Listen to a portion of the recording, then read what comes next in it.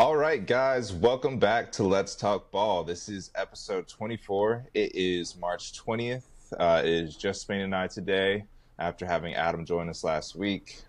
Spain, how are you doing? Doing well. A little rainy here right now in DC, but yeah, doing well. No complaints. Watched a little college basketball today. Didn't tune into the Nations League games, but I know you did. But yeah, doing well. Yep. I will definitely touch on those Nations League games. But yeah, it's a good day. A little bit gray over here in Atlanta as well, but I am excited to talk footy. I know it's international break, but I want to talk about some of the stuff that's happened over the last week, maybe touch on Nations League real quick, and then we can keep it quick or quicker today. I'm sure we'll still talk for a good bit. But what I wanted to start with is the Carabao Cup final. That one ended 2-1 in favor of Newcastle there. Did you get the chance to watch that? Were you surprised by the result? What did you think? I did watch it. I thought Liverpool were going to win, but also not that surprised. I think Newcastle turned up in big games throughout the season, and the big players turned up in the game today. So not really too surprised. Liverpool have also been in kind of rougher form lately. I think they've been getting tired. They haven't been rotating too much. So I was happy to see Liverpool lose. Yeah, me too, honestly. I really thought Liverpool were going to win the game. I was worried about Newcastle without. They were missing some players, like they were missing Anthony Gordon, and I know Botman hasn't played a lot of soccer for them in general this season, but Lewis Hall was big boy, miss. Lewis Hall, big miss, exactly. I know on the last podcast we talked about Livramento on that left-hand side and how limiting that might be.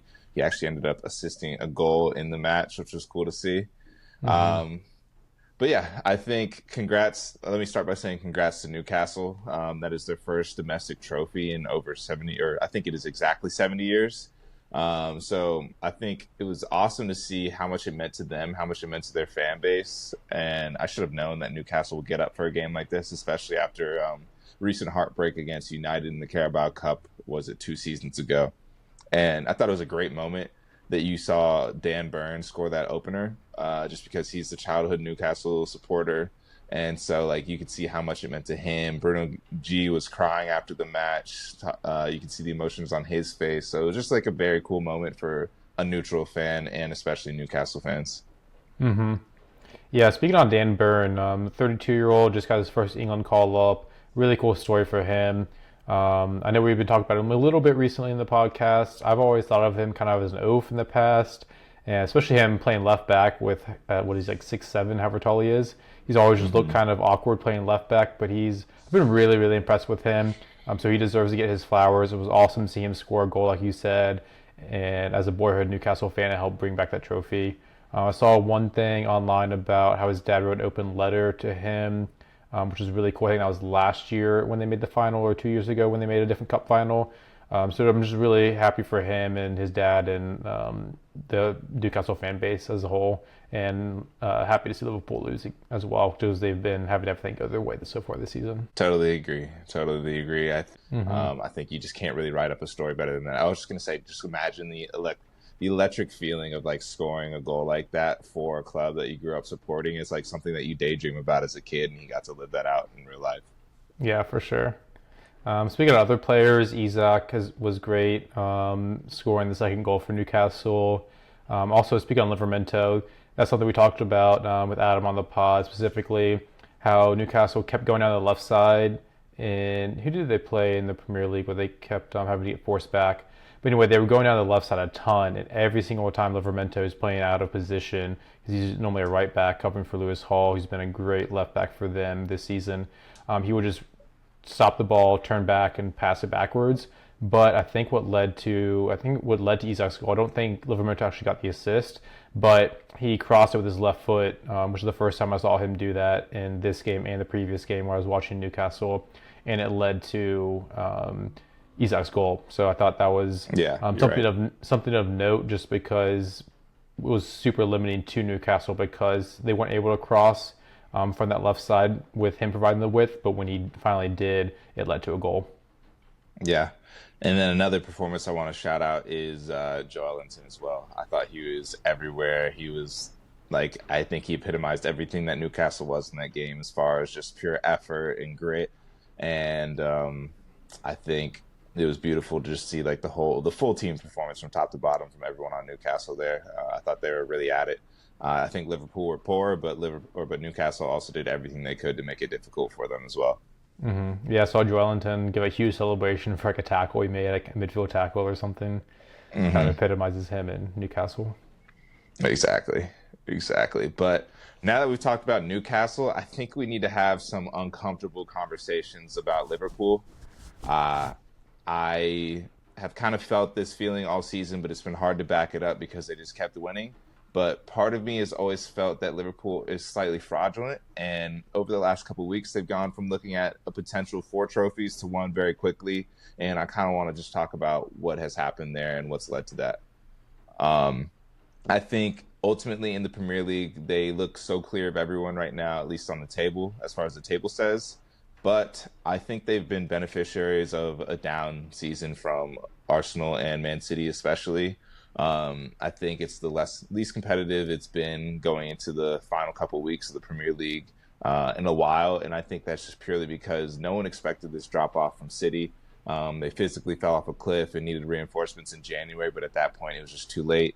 And then Arsenal had some scenarios at the beginning of the season as far as the red cards, playing men down, dropping points here and there, and then the Saka injury was probably like the nail in the coffin ultimately as far as their chances of challenging.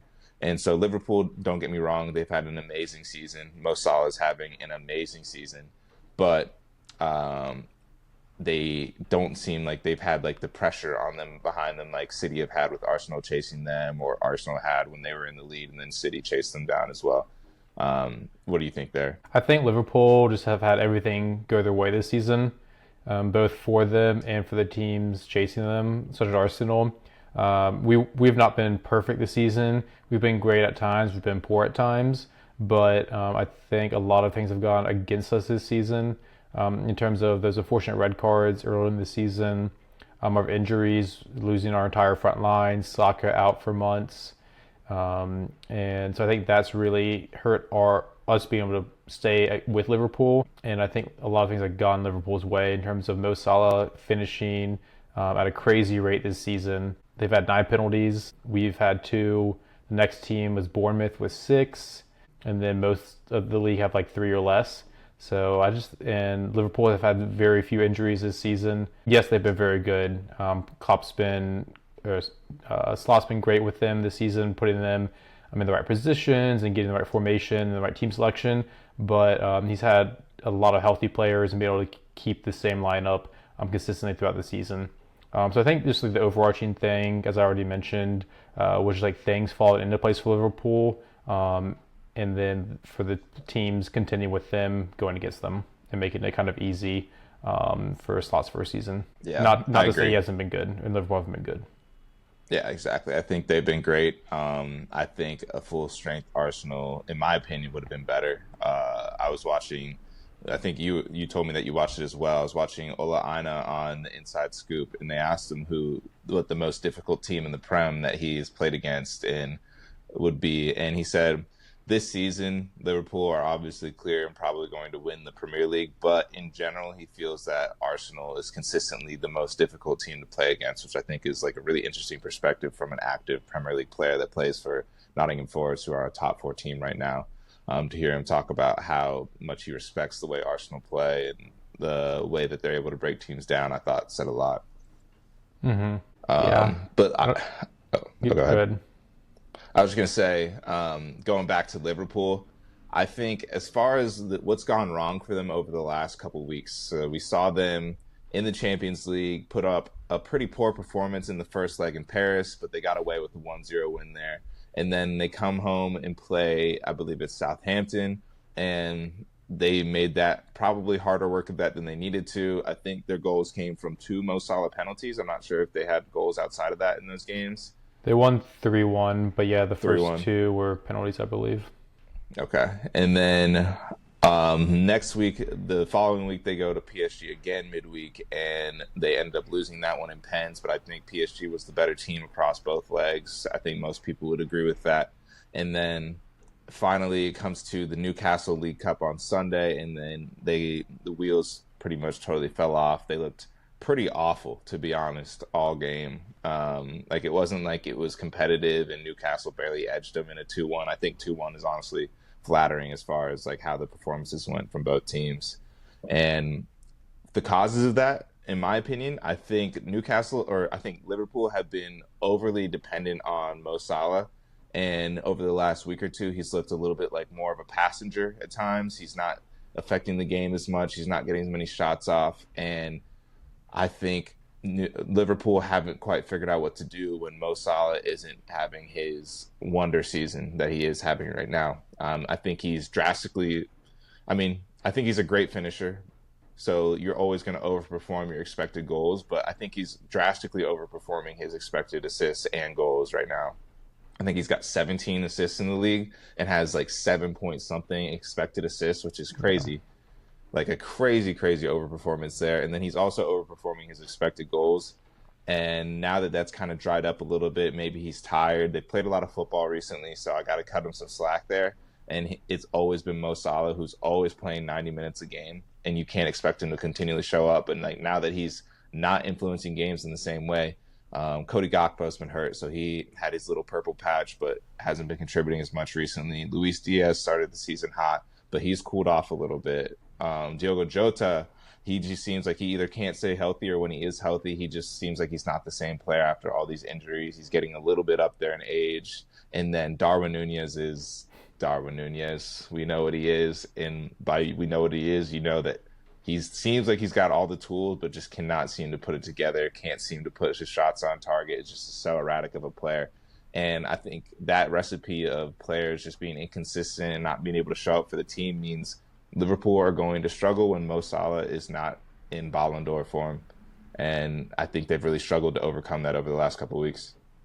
Yeah, there's been so many times this season where we've talked about Mo Salah being like not in the game whatsoever, being invisible, and then he'll pop up late in the game with a goal and assist out of the blue.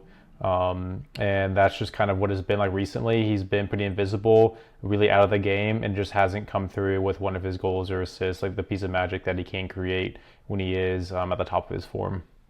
Yeah.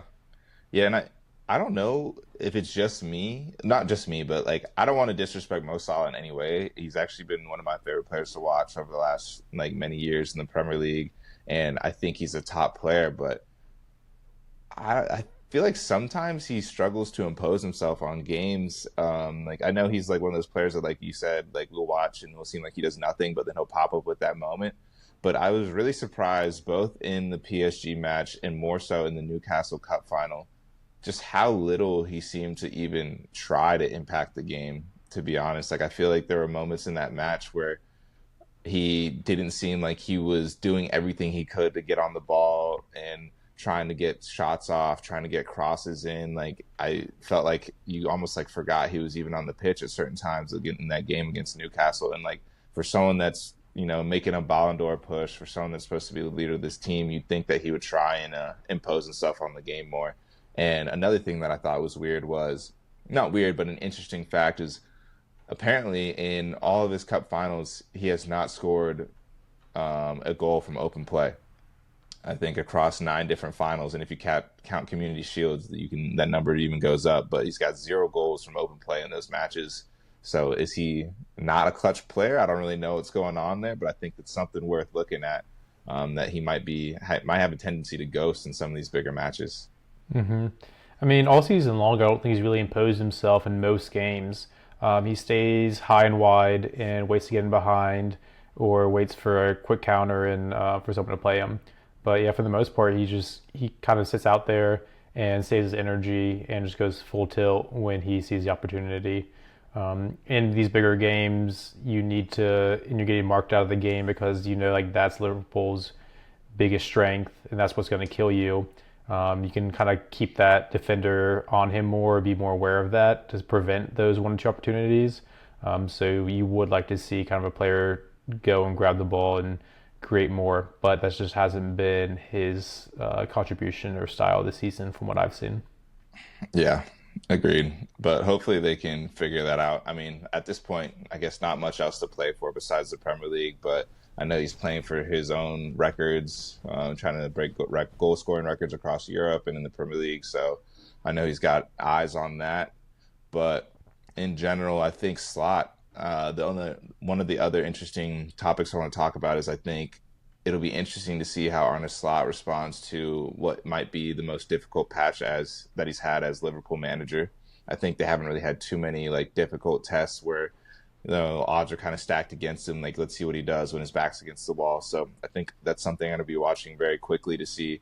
Are there going to be tactical adjustments? Are there going to be personnel adjustments? I don't think he has too many options because Liverpool have only signed really Chiesa since Slot's come in.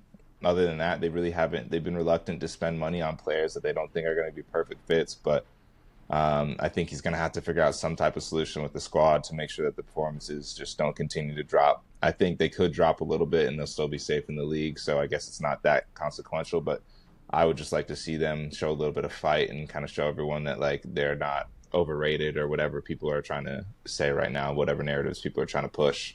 Mm-hmm. It's easy to say in hindsight, but I think Slot should have rotated the squad.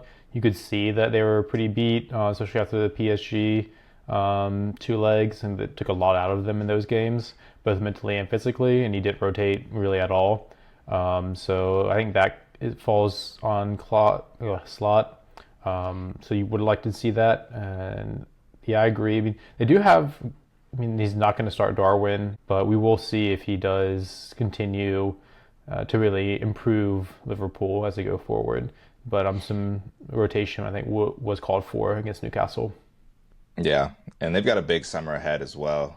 They still have not made any announcements. They haven't received any clarity as far as these contract situations go with their stars. Probably the reason that they've been able to get through games where they haven't looked the best is because of their star players in Trent, Virgil van Dijk, and Mo Salah. My hunch is that Trent is off to Real Madrid. He's got one foot out the door. Mo Salah, I think, has more of a tendency to stay at Liverpool, but it'll be interesting to see what happens there. And then Virgil van Dijk, I saw at least rumors of this week, PSG showing interest in with that, and with the really big project going on over at PSG, things seem to be going well. Wouldn't blame Van Dijk for at least considering that move. And if Liverpool lose any of those three players, I think it'll be hard to replace them. But losing two of those three, and God forbid three of those three, that could go into rebuild mode for them real quick and could see a drop off from right now. So hopefully they win this Premier League and can kind of hold on to that, because I'm not sure if they're going to be able to repeat what they've done this season. Yeah, it's pretty crazy that we were talking about potential quadruple treble winners to walking to the finish line in the Premier League. And it seems like they just lost so much energy and excitement around them for what's been a really great season for them. But just the way they've lost in all these cups, it really has taken away from the excitement of the season. And I wonder if that is going to hurt them in terms of like signing players and wanting these players to for these players to want to stick around, just because the excitement of the seasons has dwindled and really fallen off the cliff recently. Exactly. So I'm not really sure how it's going to go. I'm really excited to kind of get a little bit more clarity and kind of be able to understand where this is going to go, because I think depending on what players they can hold on to, that's either going to keep them in, league contention, UCL contention, or really, I think, drop them off to where like they might not be super or hyper competitive for another like 2-3 years afterwards. So we'll see. Rebuilding after Van Dijk, Salah, and Trent is going to be difficult, though. Yeah, 100%. But that's all I had on Liverpool. Let's move on to some other stuff. Let's go back to the Premier League. I wanted to touch on United real quick. Over the weekend, they beat Leicester 3-0. It was another comfortable win. And in the midweek prior to that match, they beat Real Sociedad at home 4-1. So that's two comfortable wins in a row for United. And I guess let's talk about Leicester before going back to the Europa League. In the Leicester match, we saw them win 3-0, and Rasmus Hojlund was the one that actually opened the scoring.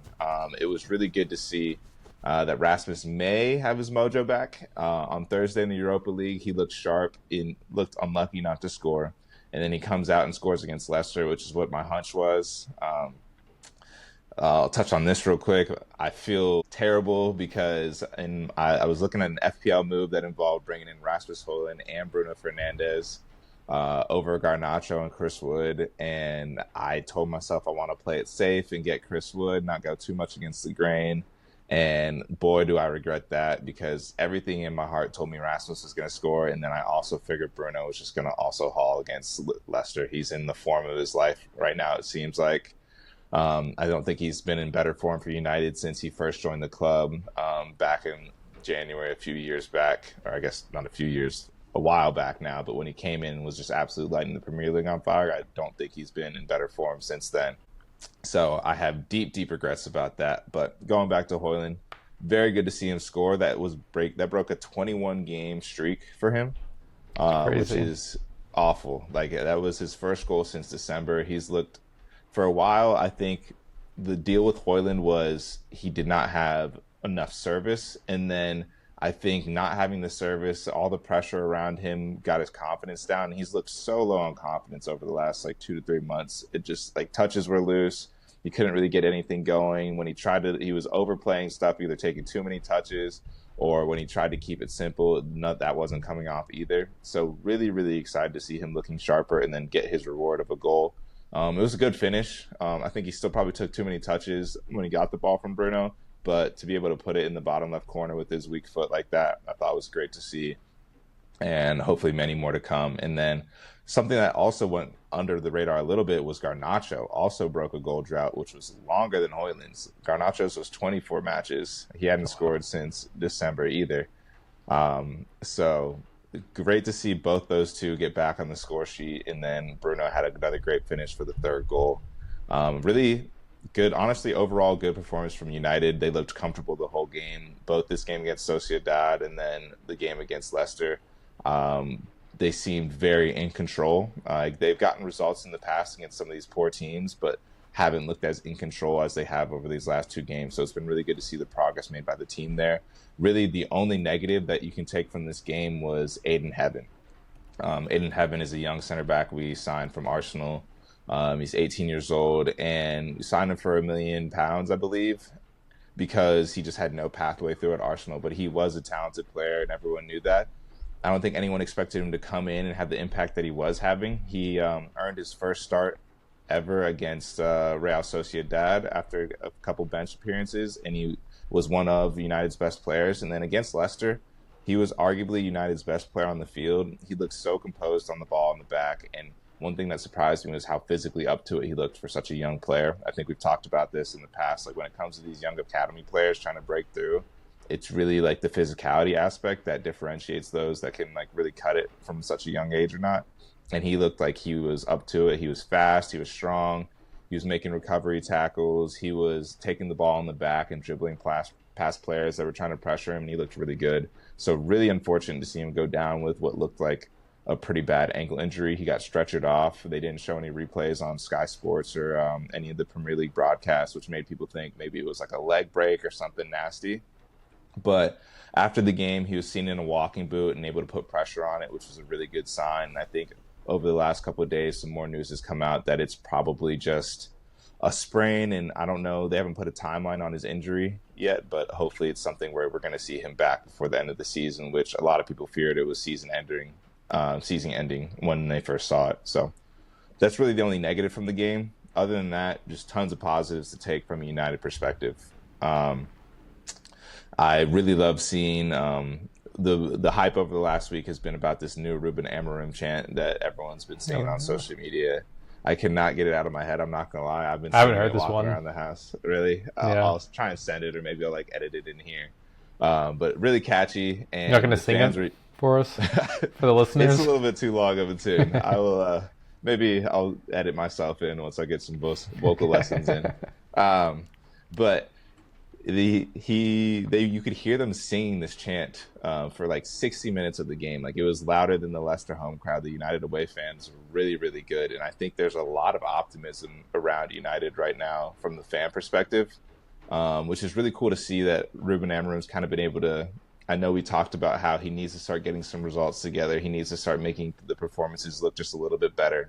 I think I said a couple months back, it has to go from terrible to bad at least. And I think that we've recently gone from bad to actually pretty good. And so I think fans are starting to get cautiously optimistic about Ruben Amorim and the future of United.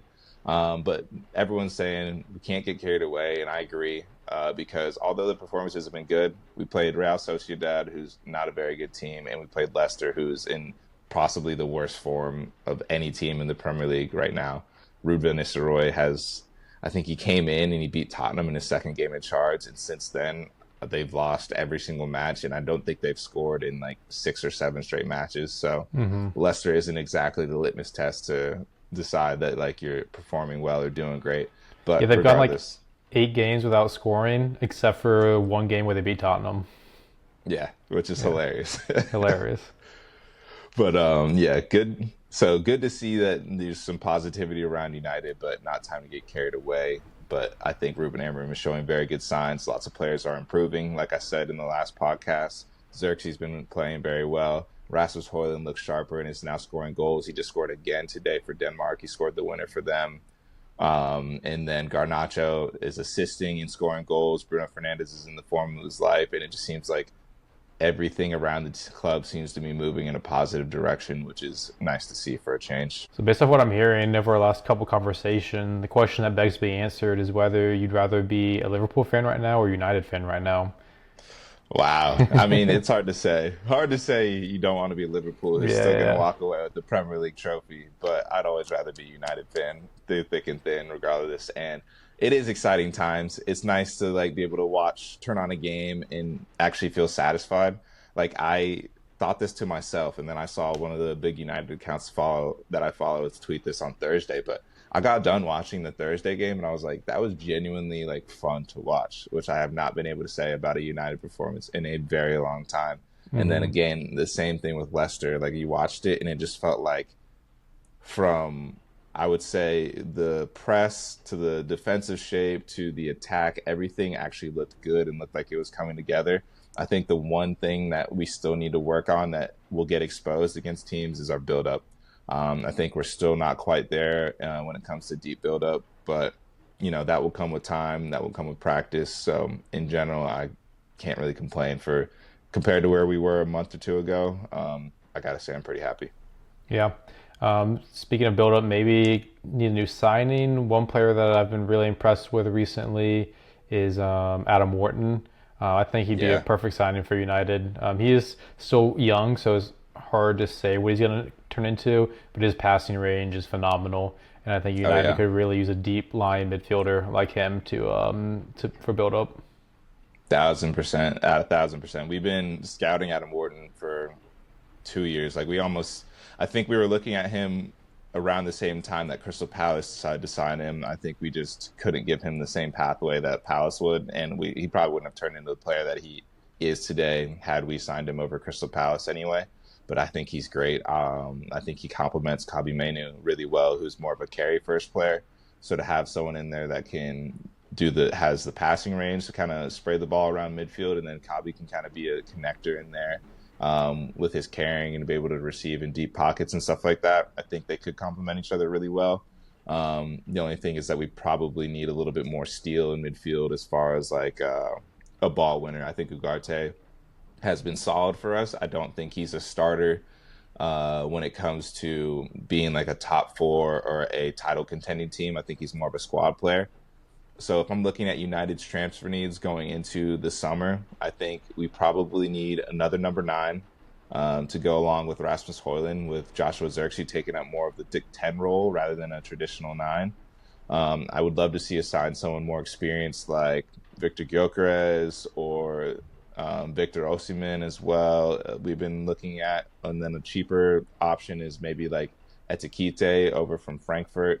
But I think I'd rather go with someone like a little bit more established that you just know the goals are going to come from, to kind of take some pressure off of Rasmus and let him kind of continue to develop in the background. So number 9, and then we definitely need another midfielder, or 2, to be honest. I think we need 2 midfielders this summer.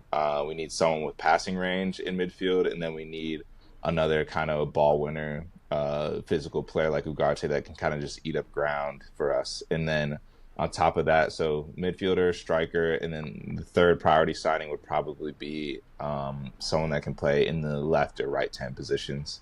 Someone like Acuna, someone like Semenyo even. I think Semenyo could play wing back or one of the 10 positions. But someone like that can kind of contribute to the goal scoring, be another runner in behind, is good in duels and like just good physically is what we're missing. I was really disappointed. I think we needed another wing back as well. We were looking at Giovanni Kenda, who Chelsea just struck a deal with. He's a 17-year-old out of Sporting. He's Ruben Amorim's old player. Ruben brought him up through the Sporting Academy, gave him his platform, and he's kind of blown up over the last couple of seasons. And Chelsea kind of pulled in a swoop, for lack of a better term. I think it was kind of all but settled that he was going to go sign for United or another club. And then Chelsea out of nowhere worked out a deal with him. And I think the biggest point of contention was that he wanted to play a traditional winger, and at United he would have had to play wing back. So Chelsea signed him with the ability to be a traditional winger, which is going to be really interesting. And they also let him stay at Sporting for another year. We would have wanted him to come this summer. They said you can stay at Sporting for another year as long as you come to us the year afterwards. So honestly, good business from Chelsea, but again, I don't understand the plan. Yeah. If you look at their wingers, they still have Sterling on the payroll, technically, that they have to get rid of. They have Neto. They have Sancho. Cole Palmer shifted more to an attacking midfielder role, but then they have this guy named Kendry Paez, who is a winger, who still hasn't even joined the team yet. He's on loan right now, but going to come back to Chelsea within the next season. And then Estevao as well, another really, really, like, probably the most hyped player coming out of Brazil. They're saying he's supposed to be better than Endrick even. And he also plays in the right wing, which is exactly where Kenda would play. So I'm not really sure what the thinking is there. I'm not sure what the squad planning is there, but congrats to Chelsea for getting Kenda, who's been touted as one of the best players in his age group, like probably a top 3 player in his age group. Yeah. Chelsea promising a position to anyone means nothing to me because they've got so many players already. Like, what is that? Okay, you can play winger, but we've got 8 others, so good luck at any time.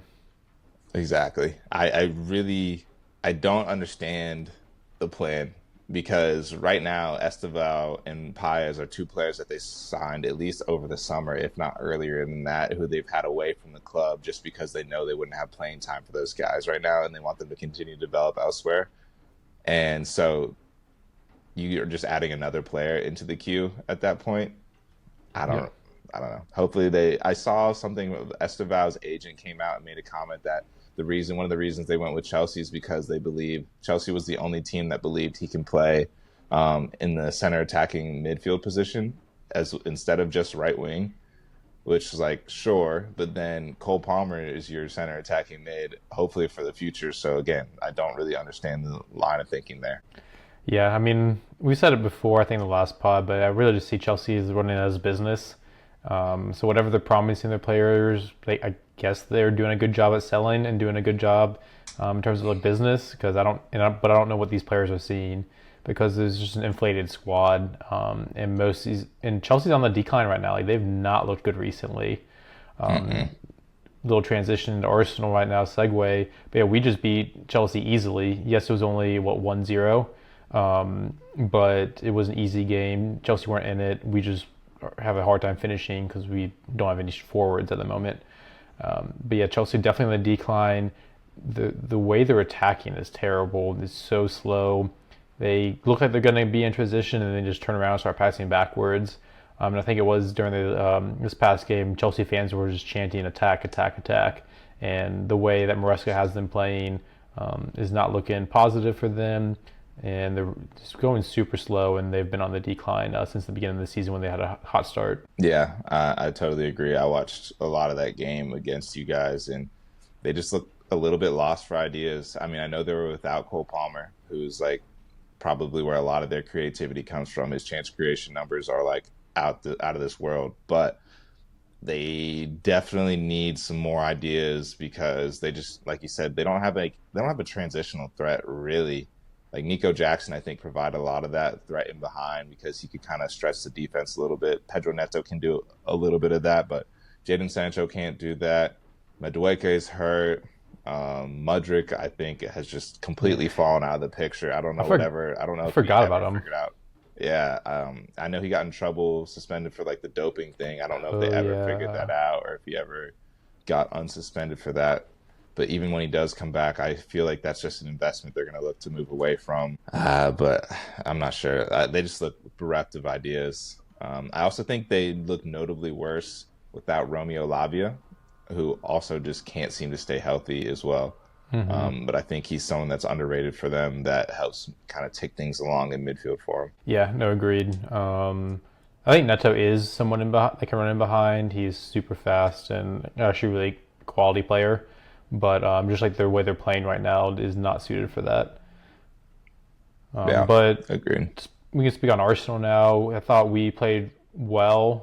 It was an unexciting, pretty boring game, but we do what we do best: control the game, really limit Chelsea from creating much. And with them having such a slow transition at the moment, they created hardly anything. Our defense was really solid as it has been all year. And Marino came through with a header off a corner, which we've been kind of missing recently is our set piece goals that were coming in really consistently early in the season. But that's what we have to rely on, unfortunately, at the moment because we are missing Saka and Havertz and an underperforming Trossard and Martinelli just coming back from injury and not being 100%. So overall, not an exciting game, not that I expected it to be really, just given the state of both teams. But it was a comfortable win for us, and I was happy to see us see the game out and get that win. Yeah, it was kind of cool to see you guys get another set piece goal. I don't know why, but it felt like a return to what was familiar for Arsenal. Yeah, yeah. And Marino also scored today, I saw, for Spain. He did. So he's kind of in form at the moment. We're going to need that in the Champions League because that's what we should be pushing all our chips into with the league. I guess it's not over yet, technically. Liverpool aren't playing great, as we mentioned, but I don't foresee us basically winning out and Liverpool dropping enough points for us to catch them. Yeah. Is there any news on Saka coming back or any injury news afterwards? He's on the grass training, but I don't know what the timeline's looking like. I know every Arsenal fan is hoping he'll be back for the Champions League because we'll need him against Real Madrid, but TBD on that. Gotcha. Yeah, just Gotcha. moving on. Then Good. I was gonna say, quick injury note. I have no idea what the extent of the injury is, but also I guess Calafiori. I don't know if he had to come off injured, but he did get injured in the Italy match today as well. Oh, dang, I did not see that. Mm-hmm. Thankfully, we have about 15 left backs, Yeah. as we saw in the PSV game, where we ended up tying 2-2, but we started 4, maybe 5, depending on how you categorize certain players. So we got depth at the left back spot, if nothing else. Yeah. That was pretty hilarious to see that lineup. Having Sterling start, Tierney start at left wing, Zinchenko started midfield. Lewis Skelly, I think, was actually playing left back. Mm-hmm. Or maybe he got a rest, or Calafiori. One of them actually got a rest, but then we had Kivior, who's arguably a left back playing center back. Yeah, we drew that game 2-2, but it wasn't a big deal because we had won the first game 7-0. So ended up winning the two-leg 9-2 and advanced easily. So love to see that. And we're playing Real Madrid next, which is the big headline. Real Madrid in the quarterfinals. I'm stoked on it. It brings a lot of excitement to the season for season's kind of fallen off and we don't have too much to play for. So I'm really excited that we get to play Real Madrid. And actually, I was hoping that Real Madrid would be Atletico because I think we're a better matchup-wise, but also just for the excitement aspect. Having to play Atletico would have been such a drag. They would have sat in deep, which is our Achilles heel. We cannot beat a team that sits in deep, and we don't have like the striking power at the moment unless Saka comes back to create a goal out of nowhere. And I just hate playing against Atletico, just the way they play. The players are annoying. They would have time wasted. It just would have been a terrible watch, all in all. Yeah, I agree. I think that I know Real Madrid is a much scarier name. Obviously, like you got to deal with their attack, and like no one really in the world can deal with that attack. But if anyone is suited for it, I would say it's Arsenal. it's going to be a little bit of an immovable object versus unstoppable force as far as like Arsenal's defense and then Real Madrid's attack. You guys are like, I think you got the note in here, so I'll give you credit for that. But like, I think the Real Madrid's going to look to hit you in transition for sure. But that's what Arsenal's bread and butter is that rest defense and being able to deal with those moments. Like Declan Rice is definitely going to be hawking down some of these players. So I think it's going to make for a much more entertaining watch, like you said. Yeah, 100%. It's going to be an awesome matchup. Getting to just play like the best players in the world. Yes, I'm scared of Mbappe, Vinny, Rodrigo, and Bellingham, that front four. But they really didn't create all that much against Atletico Madrid. Atletico sure know how to play them. They weren't sitting back like too much, I thought, either. I just didn't think Real Madrid were being like that quick in transition and really putting like too much pressure in the second leg against Atletico. So yes, I could be getting into like falling into like a false sense of calm against this based off that game, but I didn't see them like doing too much. So I think if we can limit their transition moments, we will be in a good position to be okay if we can stop them. Because I just didn't think they looked that great against Atletico. And then Real Madrid's defense, I think, is pretty weak at the moment. They got some injuries across the back. Their midfield is not that strong. Like Tchouaméni's not playing that great. Camavinga doesn't start. Valverde has to play at right back because they got so many injuries, which is a big help. Not Nuno Mendes. Who was their left back? Mendy. Mendy went off injured against Atletico, so we'll see if he's back in time. But then they also just don't defend that strong and give teams space to play in behind, which is when we actually create, and that's how we were able to score so many goals against PSV. Granted, they're much weaker opposition, but they give you so much more space and time to play and do little 1-2s in behind, which is how we actually create and can break teams down. So I like the matchup against Real Madrid way more than Atletico, and just way more exciting for Arsenal in a big quarterfinal Champions League game. Yeah. So as an Arsenal fan, what is your prediction for the Champions League tie versus Real Madrid? First leg, second leg, and then aggregate, obviously. Okay, we've got the first leg at home. I wish we had the second leg at home. With the first leg being at home, I'm going to go with a... Do I need to be realistic or can I be a little optimistic? You can be optimistic. Okay. I'm going to go with and granted, it depends very strongly whether Saka's back or not. Fair enough. Fair caveat. Without Saka, I'm going 1-0 to Arsenal. With Saka back, I'm going 2-1. I think we'll attack a little bit more with Saka, knowing that we can create and score a goal. Otherwise, I think we'll hopefully not sit back too much, but play safer and just try to limit their transition moments. And like I said, I don't think Real Madrid's defense is that great. So at home, I'm picking us to win. And then the second leg, go for a 1-1 draw, maybe 2-2 draw if Saka's back. No, I'm going 1-1. But yeah, we're going to win by 1 goal in aggregate and move on to the semis. Nice. Wow. I mean, that would be crazy. Yeah. That would be crazy. Who would that? I'm optimistic. Against? I forget who's even on the other side of the bracket from you guys after that. I think I've not even looked that far in it. It's PSG versus Bayern, maybe. I think Aston Villa. No, you're right. Aston Villa. Yeah. So. Yeah, I've not looked past Real Madrid. Well, PSG, I think I've looked the best in the tournament, so I might even be more scared of them at the moment, just the way they're playing. You're right. But you never know. Over the course of a whole season, we haven't been great and like kind of like weared us down in terms of injuries. But in 2 games, anything can happen. I think our defense is so good. Arteta's a great coach, and if he sets us up correctly without having to be the team that puts that takes the game to the opposition because of the way Real Madrid plays and the way they have their players, anything can happen. So I'm hopeful, I'm excited, and looking forward to what's going to be an awesome matchup. And we haven't played them since I think 2006 when Thierry Henry dusted them, which was an aging Galacticos team. But I'm hoping for a repeat and us advancing to Real Madrid in the quarterfinals. Yeah, as a neutral fan, I'm excited. My predictions would be something of like maybe a Real Madrid 1-0 at Arsenal, and then like a 2-1, but like a late 2-1. Like Arsenal keep it competitive, but like just something where like they got to start throwing bodies forward to try and catch up on aggregate, and then like an Mbappe like or Vinny like just Yeah, transition goal or something like that to kill it off in front of the home fans. yeah. Um, I I mean, they think, can score like three goals like especially that. without Saka.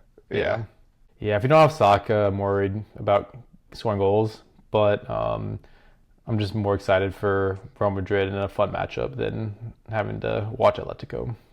yeah. I mean, I think in general, I've had a lot of fun watching the Champions League this season. I don't know. I mean, it's always exciting. It's exciting every season, but I think this season in particular, I've had a good time watching. I'm excited for some good matchups in this next round. Like, if I'm not looking past Arsenal yet, but if Real Madrid can get through, like that storyline of Real Madrid versus Mbappe, or not Real Madrid, Mbappe versus PSG would be an incredible storyline watching them go head to head in the semis. And then if Real Madrid can somehow get through and get to the final, and Barcelona also makes it through on the other side, an El Clasico final and then the Champions League final would be, I imagine, like the most watched Champions League final ever, to be honest. So lots Because of cool storylines at stake. they've never played in the Champions League final. I don't think against each other. So that would be electric. I think Yeah, they that's will. what, as a neutral fan, that's what I'm hoping for, how it plays out. But I am worried about Real Madrid's ability to make it to the final. And then Barcelona look like they're pretty on fire as well. But, anything can happen in these games. Yeah, I mean, I have not been like that impressed with Real Madrid, but they just kind of have that magic in the Champions League, whatever it is. Yeah, they have that inevitability. Like, I think they can look as bad as they want. But when it comes down to needing a goal or needing a moment or a decision to go their way or something like that in the Champions League, they just have like some type of voodoo over the Champions League at that club. I think I'd also love to see my dark horse Champions League moment is Marcus Rashford killing off PSG in the Champions League once again. I would love to see that as your resident Marcus Rashford stand over here. That would be wild. Aston Villa beating PSG in the quarterfinals with how PSG have been playing would be insane. I don't see that happening, but you never know. Unai Emery is great in cups. He's a That's what I great was gonna tactical say. manager, and they've got a lot of players now. He can really tweak some stuff. They seem to be quite healthy. It'll be a fun watch. You never know what can Yeah. happen. Yeah, I think PSG makes for more fun storylines down the line, but just as someone that like one of my favorite moments as a United fan was that first Ole matchup against PSG in the Champions League and watching Marcus Rashford score and send PSG home. Would just love to see a repeat of that, especially like with Rashford and he finally got his move away from United to kind of restart his career. He's back in the England squad. The vibes are up for him. Would love to see him make an impact against them. And speaking to your point of this Champions League being really exciting and enjoyable, I think it's the new format. If I'm being honest, like I hate that teams are having to play more, but the new format, getting to play different teams, is a way more exciting than just playing every team twice in that group stage.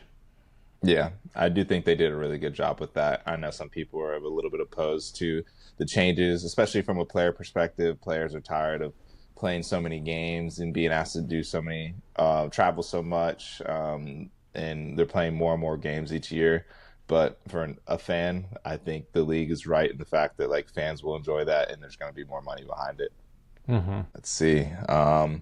Is that all you had on Arsenal? Any other closing points before we move on? No, I think that covers it. Nice. So the last thing I want to touch on is just quick recap of UEFA Nations League. I know it's international break, but I think there's actually some good international matchups and stories to cover. I won't really get too much into some of the games upcoming, but there are like some cool things to see. Like we saw Dan Burn get his call up to England. Lewis Skelly got called up to the England squad, which was huge for him. The England, I actually really want to watch the England. I think it's like the U21 team, maybe, or whatever the degree under like the main team is. They've got a lot of really, really good players. They've got like Nwaneri over there. I'm gonna blank on all of them now, but they have like a team that could like almost compete against like some of the other national teams. They've got such a good Well, team, so I'm gonna watch some of those games. Um, But talking about the games that happened today, this afternoon, we're recording it on Thursday, the 20th of March. Netherlands played Spain. That one ended up 2-2. That was a really fun game to watch from a neutral perspective. Spain went up early 1-0, but Netherlands came back at home to go up 2-1, but they got a red card in about like the 75th minute, which let Spain back into the game. Mikel Merino ends up scoring the one to equalize. In extra, I'm pretty sure it was in stoppage time as well. And then next game we had was Croatia versus France. Croatia pulled off the upset at home.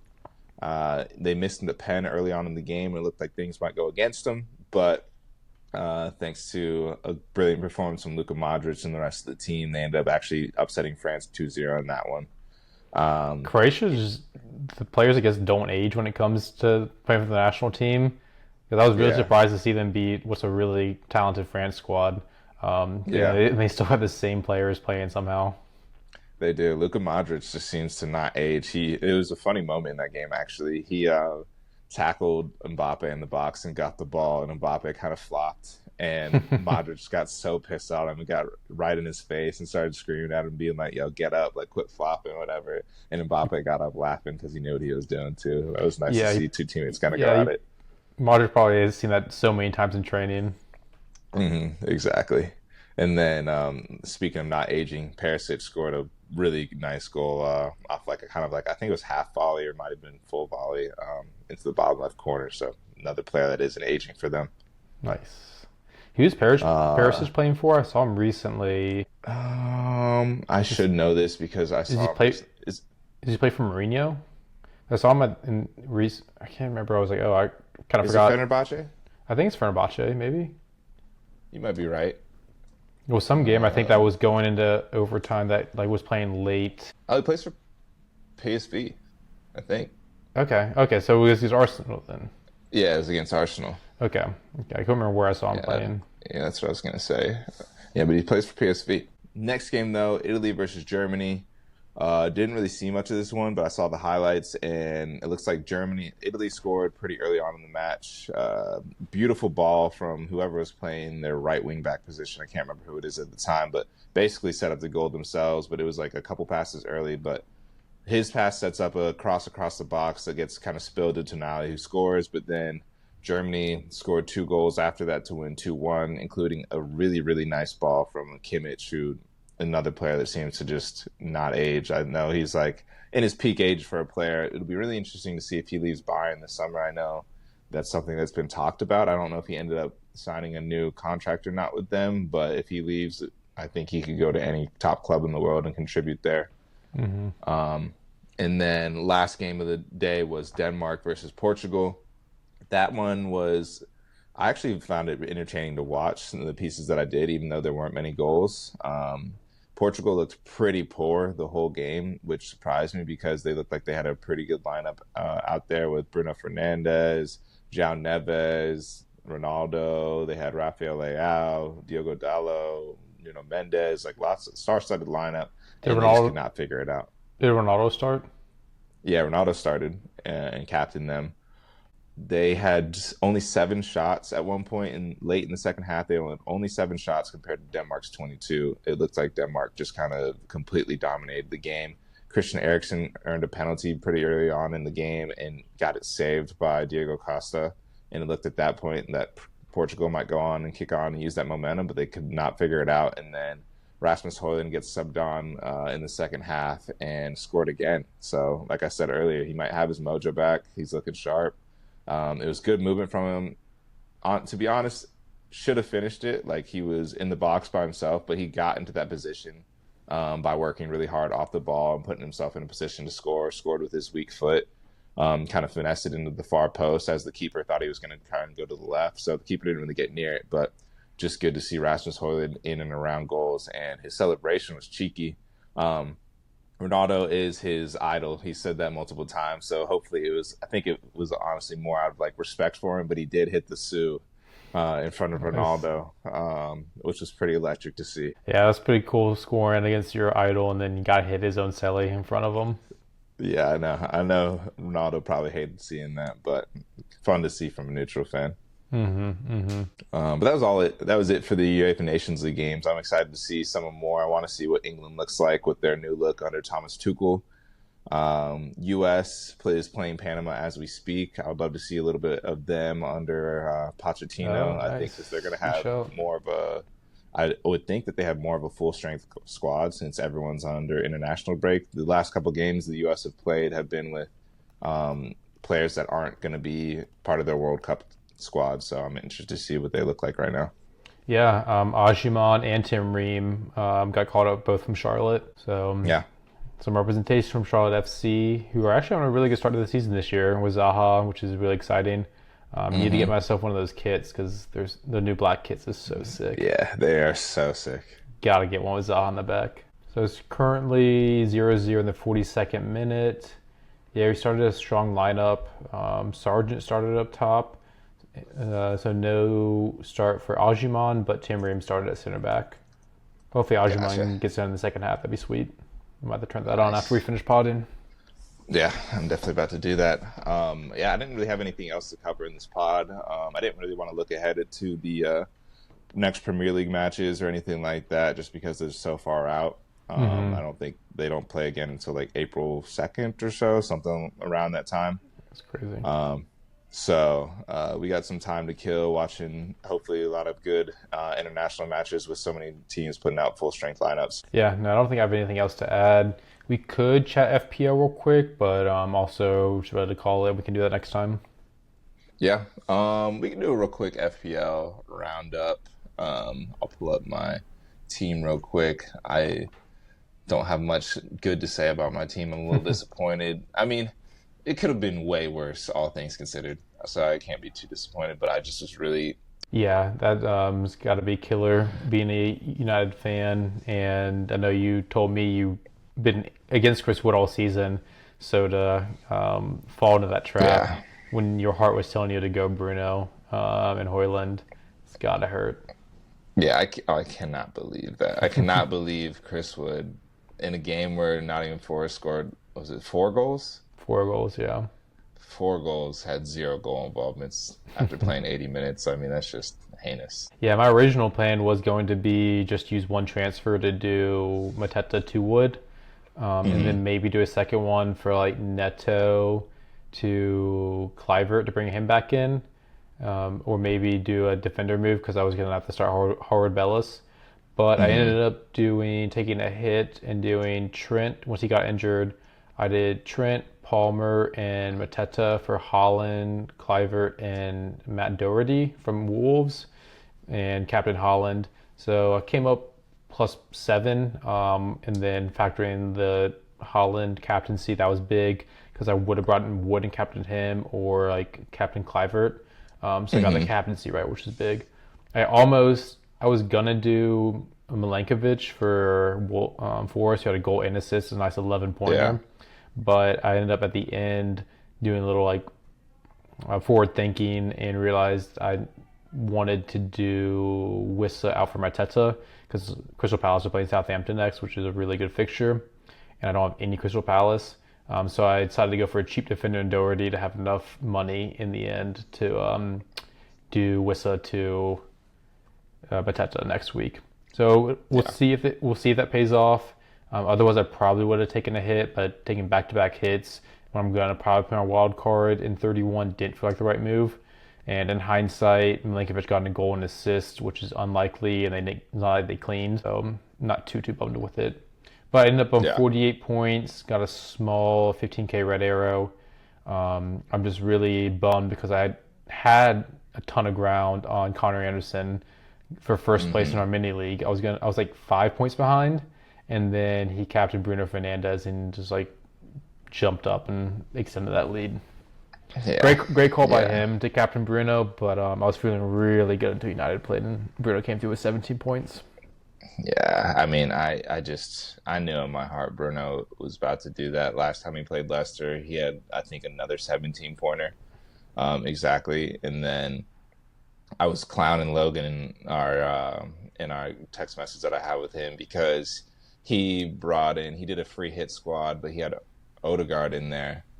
and a couple other things that I didn't quite agree with. And I was like telling him Odegaard over Bruno this week is a little criminal. And Mm-hmm. he didn't believe me. And Odegaard got his assist. He was texting me and he was like, Odegaard got his assist, man. Bruno's got to be able to match that. And then Bruno went and smashed that. So it hurts. But I mean, I guess I have a little bit of solace in the fact that Garnacho got his goal. And then I still, I did bring in Hojlund and captain him. Didn't try and captain Wood, which was nice. But I'm like conflicted whether I did the right move. Oh, go ahead. Just real quick back to Logan. I mean, there's a reason he's in last place. So He's gonna love that shout out. Yeah. So not surprised. Is he still in last place? I thought he was like he almost was about to pass Tommy, but I think Tommy Olsen. No, he's in last by 20 points. Yeah, I think maybe did Tommy have like Bruno in his team or something? I don't know. Yeah, he had Bruno. Nice. Yeah, I think that's what helped him out in the end. But yeah, I'm a little conflicted to call my moves a complete failure because Gvardiol does have Leicester next week, which is like what I was really looking at when I brought him in. And if I went with the Bruno move, I would have had to bring in Nico Williams or whatever from Forest instead. Which I don't think he's going to make up the ground that Bruno or Hojlund did last week, but hopefully I can still get something out of that. Maybe an assist to Hojlund or Hojlund assist to Gvardiol for a goal would be huge. So I'm hoping they can haul against Leicester like everyone else has been doing recently, and then Garnacho keeps up the good form. But I almost have such like a hatred in my heart for Chris Wood that I want to transfer him out next week, maybe for Hojlund, just because they're playing United. And Chris Wood, I don't know if it's basically a scenario where I'm going to transfer Chris Wood out, and then he's going to haul against United, and it's going to hurt even more. Or I don't bring him in, and then United actually perform well. Our block really does look pretty difficult to break down at the moment.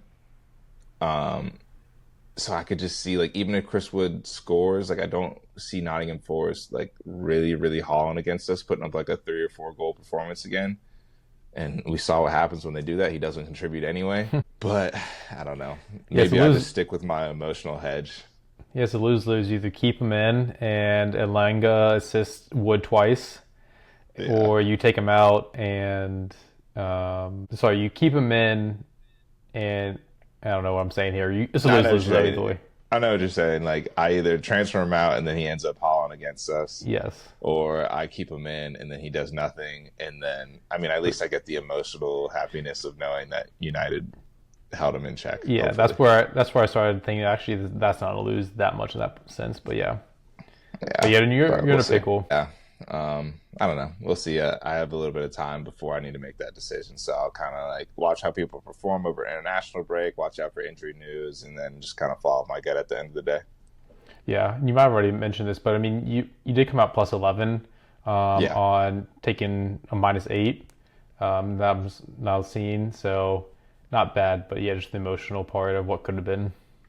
Yeah, exactly. I think that's more what always it was. Worse. Like I was tinker with my team more than I have over a lot of like weeks. Like a lot of my weeks, I've been like just letting my team kind of sit or whatever. But this is the one that I was like, I really kind of want to go big or go home. Try and like make sure I don't take too big of a red arrow against the free hitters. And so it just hurts knowing that like my heart was saying do one move, but then I was like, let me not go too crazy. Like, let me play a little defense here. But I feel like FPL at this point might as well play to win, especially at this point in the season. Yeah. I wasn't really considering Bruno too much. I'm not really too bummed about not bringing him in. I thought about it briefly after his hat trick in Europa League. But if it wasn't for City playing Leicester next, I would have considered it more. But I really wanted to bring in Hojlund this week because they got City next week. So it felt like the time to bring in Hojlund. Whereas Bruno was I really only wanted for one game, whereas Hojlund I wanted for 2 games. Yeah, that's kind of where I landed, and it is what it is. But that's all I had FPL wise, and I think all I had for this. If you're ready to wrap up. Yep, let's do it. All right. Well, I appreciate you guys all joining. I appreciate y'all tuning in once again. It is international break, so we might wait a little bit. I don't know if I haven't. I guess we haven't discussed this yet. Maybe we'll do a little preview pod ahead of the next games, maybe post FA Cup or something. But we will be in contact shortly, and hopefully you guys enjoy the international break, enjoy some of the international games, and then we will see you soon. Peace. Yep. Like and subscribe. Tell your friends about us. Do all the things. Appreciate that. I always forget to add that in at the end. But yeah, see you guys later.